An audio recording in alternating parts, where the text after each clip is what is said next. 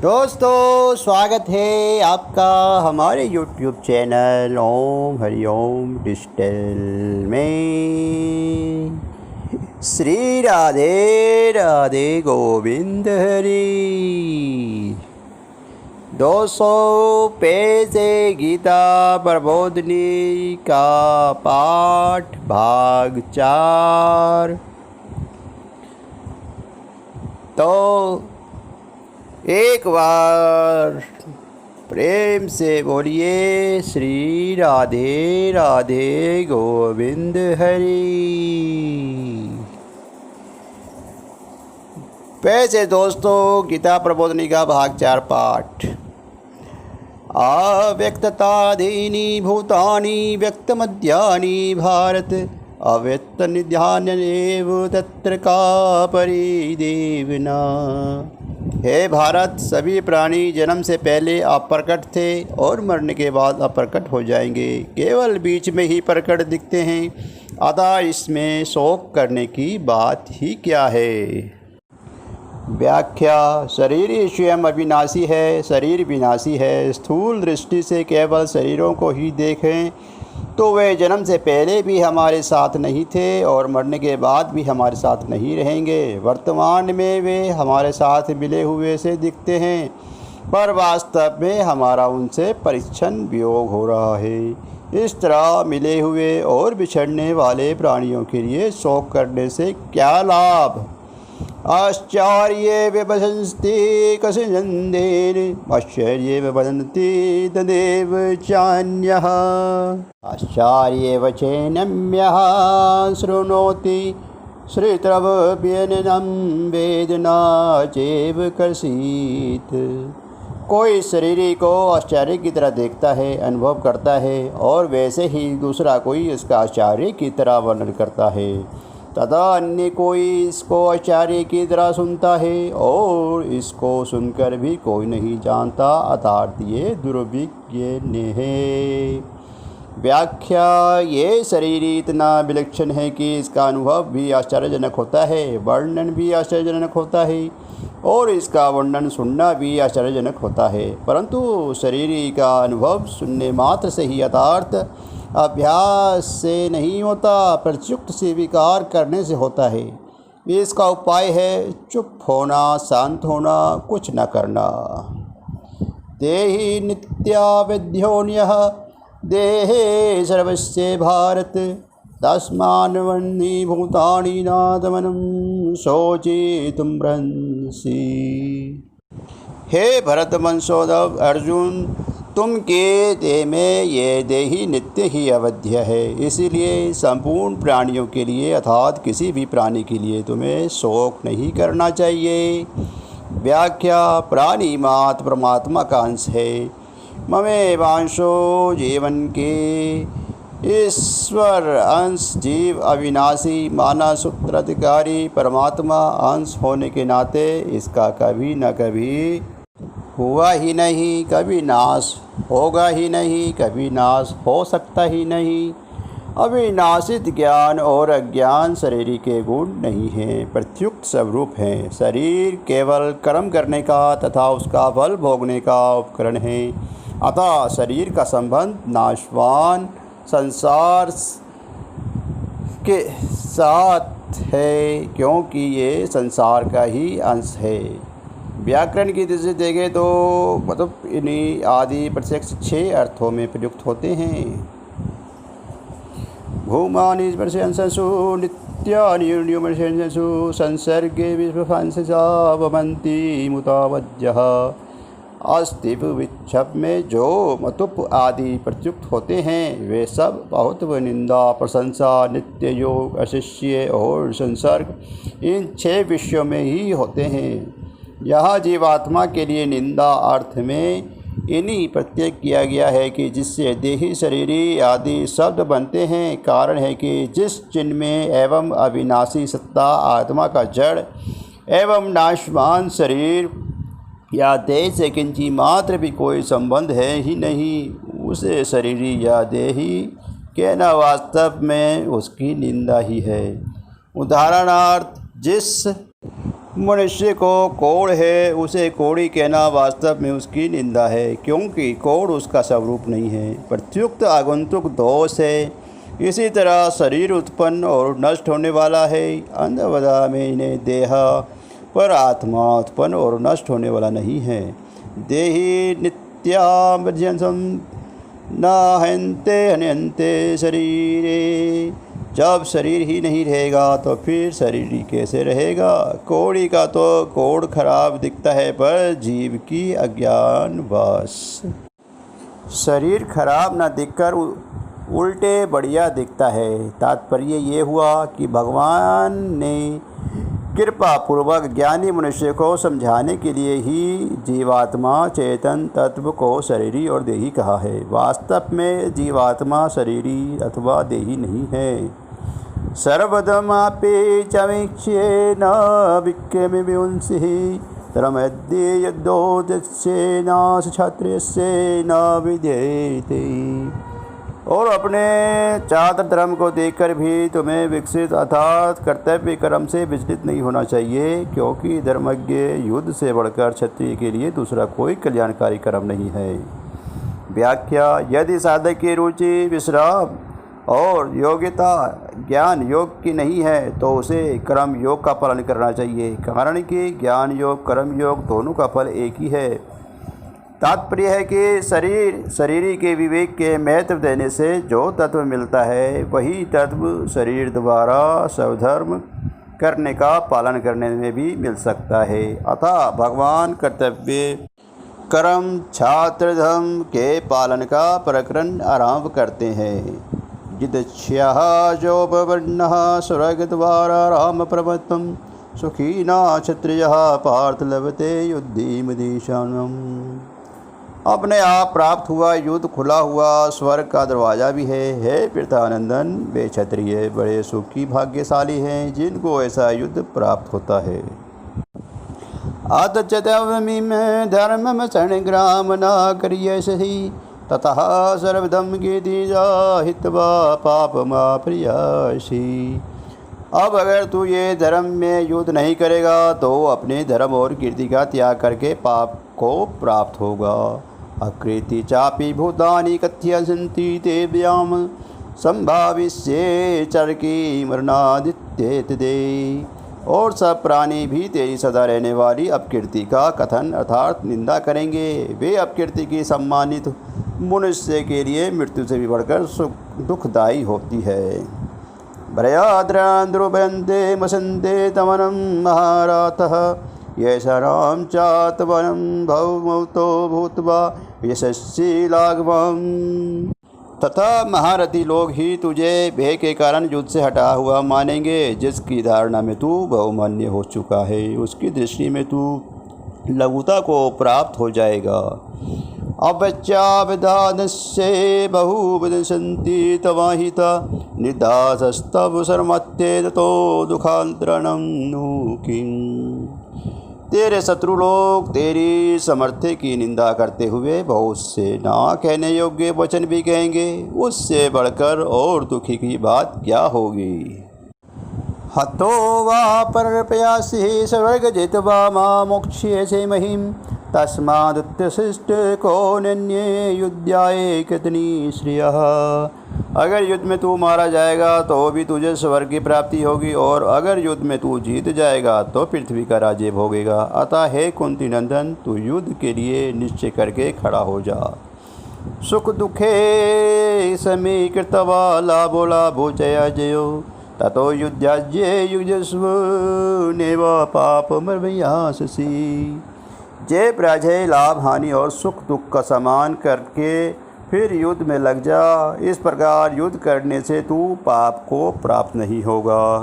व्याख्या: भगवान व्यवहार में परमार्थ की कला बताते हैं। सिद्धि असिद्धि में सम तटस्थ रहकर निष्काम प्रभाव से अपने कर्तव्य कर्म का पालन करना। ऐसा करने से मनुष्य युद्ध जैसा घोर कर्म करते हुए भी अपना कल्याण कर सकता है। इससे सिद्ध हुआ कि मनुष्य प्रत्येक परिस्थिति में अपना कल्याण करने में भी समर्थ तथा स्वतंत्र है। ऐसा तेषां विहता संख्ये बुद्धियोगे स्थिर्यं शृणु मध्या युतो यया पार्थ क्रमबंध प्रयाससी। हे पार्थ, ये समबुद्धि तेरे लिए पहले सांख्य योग में कही गई और अब तू इसको कर्म योग के विषय में सुन। जिस समबुद्धि से युक्त हुआ तो कर्म बंधन का त्याग कर देगा। व्याख्या। भगवान ने 31वें 37वें श्लोक एवं कर्तव्य विज्ञान धर्म शास्त्र अर्थात कर्म का वर्णन किया। अब इस 39वें श्लोक में वे 93वें श्लोक तक योग विज्ञान मोक्ष शास्त्र अर्थात कर्म योग का वर्णन करते हैं। नेहा विक्रम वरुणस्ते प्रत्याभ्यो न भेदते सवलभ पर्ये धर्मस्य त्रायते में तो व्यात। मनुष्य लोक में इस समबुद्धि रूपी धर्म के आरंभ का नाश नहीं होता तथा इसके अनुष्ठान का उल्टा फल भी नहीं होता और इसका थोड़ा सा भी अनुष्ठान जन्म मरण रूप महान भय से रक्षा कर लेता है। व्याख्या। भगवान ने 4 प्रकार के समता की महिमा कही है। पहला, समता से मनुष्य कर्म बंधन से छूट जाता है। दूसरा, समता के आरंभ अर्थात उद्देश्य का भी कभी नाश नहीं होता। तीसरा, समता के अनुष्ठान में यदि कोई भूल हो जाए तो उसका उल्टा फल नहीं होता। और चौथा, समता का थोड़ा सा भी भाव हो जाए तो वे कल्याण कर देता है। जीवन में थोड़ी सी समता आ जाए तो उसका नाश नहीं होता, वह कितना ही महान हो उसका नाश हो जाता है। असक्त को सत्ता तथा महत्ता देने में महान समता भी सबलप हो जाती है और सबलप भय भी महान हो जाता है। यदि हम असक्त को सत्ता तथा महत्ता को ना दे तो समता महान और भय सबलप नष्ट हो जाता है। व्यवसायित माँ का बुद्धि तेरे के है गुरुनंदन बहुशाखा हंतश्र बुद्धायस्मी मिनीना। हे कुरुनंदन, इस समबुद्धि की प्राप्ति के विषय में निश्चय वाली बुद्धि एक ही होती है जिसका एक निश्चय नहीं है। ऐसे मनुष्य की बुद्धियाँ अनंत और बहुत शाखाओं वाली ही होती है। व्याख्या। समता की प्राप्ति उसी की होती है जिसका उद्देश्य एक होता है, अनेक उद्देश्य कामना के कारण होते हैं। यामीमानं पुष्पयता वाचनं परवदत्ते मृषितः वेदवरन्तः पार्थ नद्यं सन्ति वदन्तिनः कामन्नतमननः सर्वगपरा जन्म कर्म फलप्रदानं क्रिया विशेष बहुलानं भोगे श्रेयागति प्रति। हे पृथानंदन, जो कामनाओं में तन्मय हो रहे हैं, स्वर्ग को ही श्रेष्ठ मानने वाले हैं, वेदों में कहे हुए सकाम कर्मों में प्रति रखने वाले हैं, भोगों के सिवाय और कुछ ही नहीं ऐसा कहने वाले हैं, वे अविवेकी मनुष्य इस प्रकार के जिस पुष्पित दिखाओ शोभा युक्त वाणी को कहा करते हैं, जो कि जन्म रूपी कर्म फल को देने वाली है तथा भोग और ऐश्वर्य की प्राप्ति के लिए बहुत सी क्रियाओं का वर्णन करने वाली है। भोगे श्रिय प्रचंदनाम तया प्रयोजचेन्साम व्यावसायिका बुद्धि समाधो न्याविध्येते। उस पुष्पित वाणी से जिसका अंतःकरण हर लिया गया है अर्थात भोगों की तरफ खींचा गया है और जो भोग तथा ऐश्वर्य में आसक्त है, उन मनुष्य की परमात्मा में एक निश्चय वाली बुद्धि नहीं होती। व्याख्या। भोग और ऐश्वर्य संग्रह की आसक्ति कल्याण में मुख्य बाधक है। संसारिक भोगों को भोगने तथा रुपयों में आदि का संग्रह करने वाला मनुष्य अपने कल्याण का निश्चय भी नहीं कर सकता, फिर कल्याण करना तो दूर रहा। इसलिए भगवान निष्काम भाव योग का अवयव व्यतिक्रम वर्णन करते हैं। त्रैगुण्या विषया वेदा निस्त्रैगुण्यो भारभोजन परम दे निर्दय निष्कर्मशास्तो निर्ज्ञो क्षेमात्मवान। वेद तीनों गुणों के कार्य का ही वर्णन करने वाले हैं। हे अर्जुन, तू तीनों गुणों से रहित हो जा। राग द्वेष द्वंद्वों से रहित हो जा, निरंतर नित्य वस्तु परमात्मा में स्थित हो जा, योक्ष क्षेम की चाहना भी मत रख और परमात्मा परायण हो जा। व्याख्या। भगवान अर्जुन को आज्ञा देते हैं कि वेदों के जिस अंशों में सकाम भाव का वर्णन है उसका त्याग करके तू निष्काम भाव को ही ग्रहण कर। निष्काम भाव से तू तीनों गुणों से अतीत जन्म मरण से रहित हो जाएगा। मिलने और बिछड़ने वाले संसार से संबंध विच्छेद करके तू नित्य रहने वाले चिन्ह में सत्ता में अपना स्वाभाविक स्थिति का अनुभव कर। योग अप्राप्त वस्तु की प्राप्ति और क्षेम प्राप्त वस्तु की रक्षा की कामना का भी त्याग कर दे, क्योंकि कामना मात्र बंधन कारक है। पहले 42वें श्लोक में भगवान ने बताया कि जो मनुष्य वेद वानरता वेदार्थ सकाम कर्मों में रुचि रखने वाले होते हैं उनकी बुद्धि व्यवसायिक नहीं होती, कारण कि व्यवसाय बुद्धि के लिए निष्काम होना आवश्यक है। वे तीनों गुणों के कार्य का वर्णन करते हैं, इसलिए भगवान अर्जुन को तीनों गुणों से रहित होने की आज्ञा देते हैं। नेस्त्र गुण में भार्गवोर्जुन वेदांतो सकाम अनुष्ठान को करने वाले मनुष्य को योगक्षेम की प्राप्ति नहीं होती और वे संसार चक्र में पड़े रहते हैं। एवं त्रयो मध्यावशम कथा गंध काम न काम लभन्ते। संसार चक्र में पड़ने का कारण वेद नहीं है, प्रयुक्त कामना है। भगवत परायण साधक को भोग व संग्रह की कामना तो दूर रही, योग क्षेम की भी कामना नहीं करनी चाहिए। इसीलिए भगवान अर्जुन से कहते हैं कि तू मेरे परायण होकर योग क्षेम की भी कामना का त्याग कर दे, अर्थात संसारिक अथवा पारमार्थिक कोई भी कामना ना रखकर सर्वथा निष्काम हो जा। भगवान के समान दयालु कोई नहीं है। वे कहते हैं कि भक्तों का योग क्षेम में स्वयं वहन करना हूँ और योग क्षेम में व्याहम गीता मैं उनका साधन की संपूर्ण विध बाधाओं को दूर कर देता हूँ। मंचिता सर्वगुदुई मृत प्रसाहिषम और उनका उद्धार भी कर देता हूँ। तेस्मानम सर्वदातः अतः भगवान के भजन में लगे हुए साधक को अपने साधन तथा उद्धार के विषय में कोई चिंता नहीं करनी चाहिए। यवनार्थ उत्पाणे सर्वथा संपतो नोदके त्रवान्वेषु विदेशु भ्रमण से विजालतः। सब तरफ से परिपूर्ण महान जलाशय के प्राप्त होने पर छोटे गड्ढों में भरे जल में मनुष्य का जितना प्रयोजन रहता है अर्थात कुछ भी प्रयोजन नहीं रहता। वेदों और शास्त्रों को तत्व से जानने वाले ब्रह्मज्ञानी का संपूर्ण वेदों में उतना ही प्रयोजन रहता है अर्थात कुछ भी प्रयोजन नहीं रहता।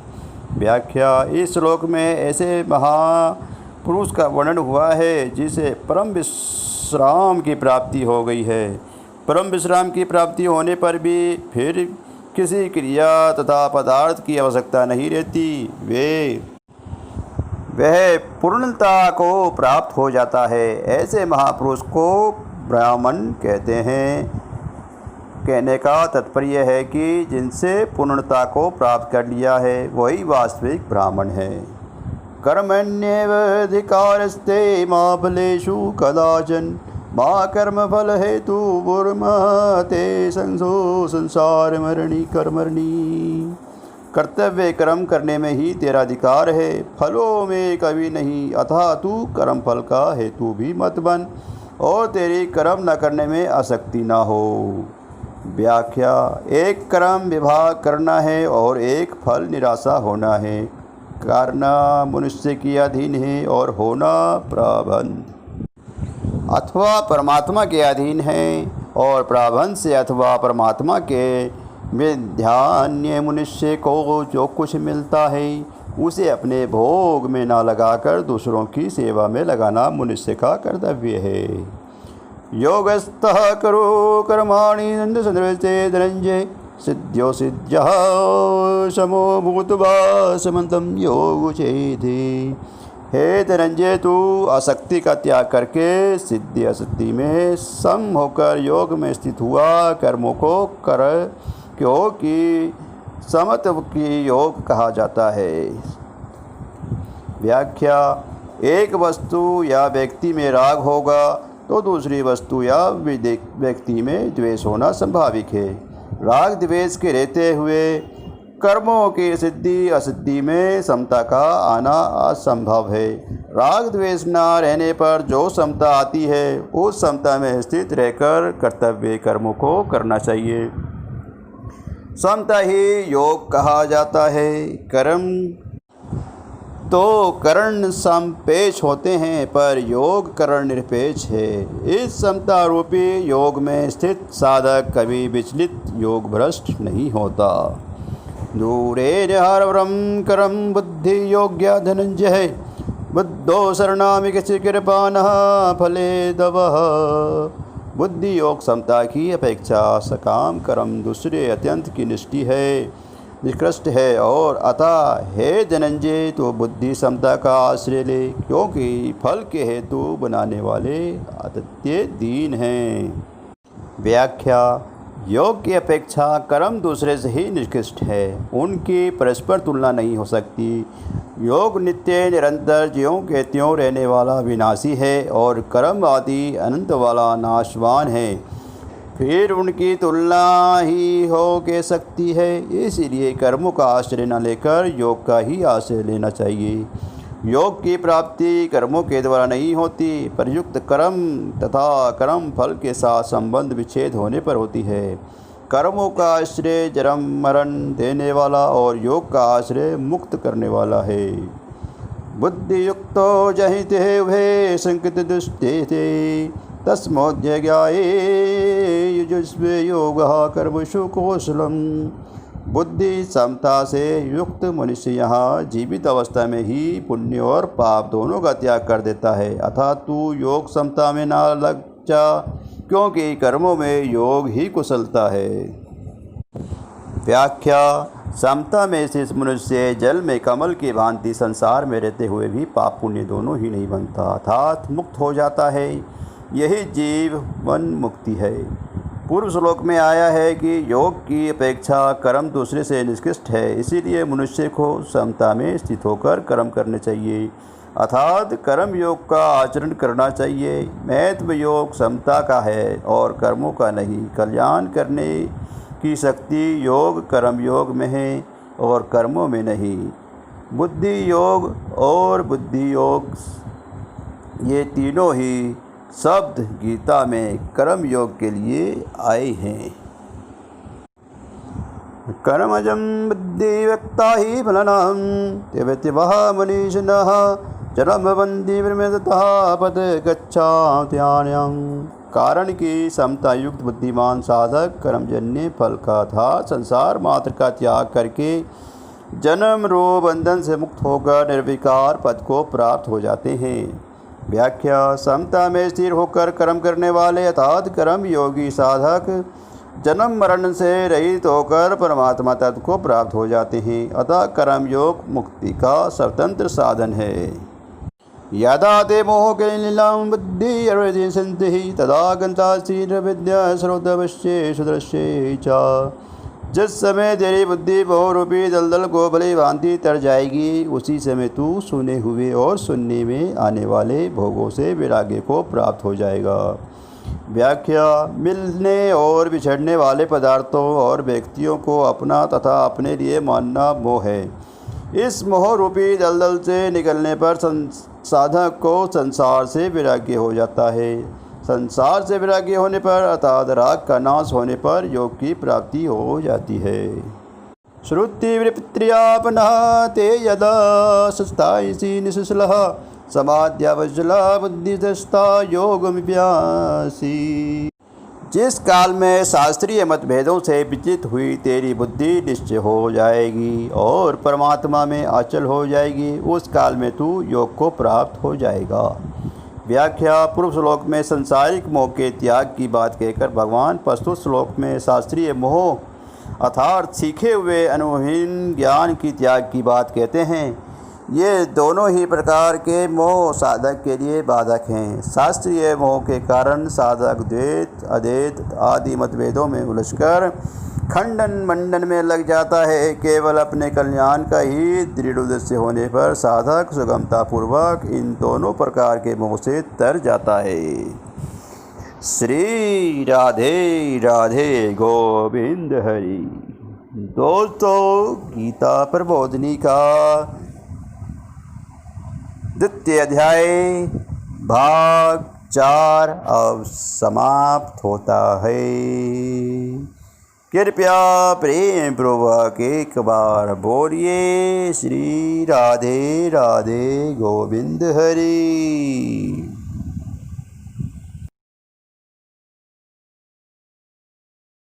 बोलिए बाके बिहारी लाल की जय। आरती कुंज बिहारी की, गिरधर कृष्ण मुरारी की। आरती कुंज बिहारी की, गिरधर कृष्ण मुरारी की। गले में बैजंती माला, बजावे मुरली मधुर बाला। श्रवण में कुंडल झलकाला, नंद के आनंद नंद लाला। आरती कुंज बिहारी की, गिरधर कृष्ण मुरारी की। गगन सम अंग कांति काली, श्री राधिका चमक रही आली। लखन में ठाड़े बनमाली, परमस्ती तलक सूरी तिलक। चंद्र सी झलक लली सब श्यामा प्यारी की, गिरधर कृष्ण मुरारी की। आरती कुंज बिहारी की, गिरधर कृष्ण मुरारी की। कनक में मोर मुकुट बिल से, देवता दर्शन को तरसे। गगन सोच मन रसी बरसे, बजे मूर्धन मधुर मृदंग। ग्वालिनी संग अतुल गति गोप कुमारी की, गिरधर कृष्ण मुरारी की। आरती कुंज बिहारी की, गिरधर कृष्ण मुरारी की। जाते प्रकट भई गंगा, कुलुप कलिहरण श्री गंगा। चरण से होति मोहे भंगा, बसी शीश जटा के भी। हरे अधकीर्च चरण सभी, श्री बनवारी की, गिरधर कृष्ण मुरारी की। आरती कुंज बिहारी की, गिरधर कृष्ण मुरारी की। चमकती उज्ज्वल तट रेणु, बजरही वृंदावन भेनु। चहुदिशि गोपी गवाल धेनु, हसत मृद मन। चांदनी चंद कटभ भव मन, तेरे सुनु दीन बुखारी की, गिरधर कृष्ण मुरारी की। आरती कुंज बिहारी की, गिरधर कृष्ण मुरारी की। बोलिए बाके बिहारी लाल की जय। श्री राधे राधे गोविंद हरि।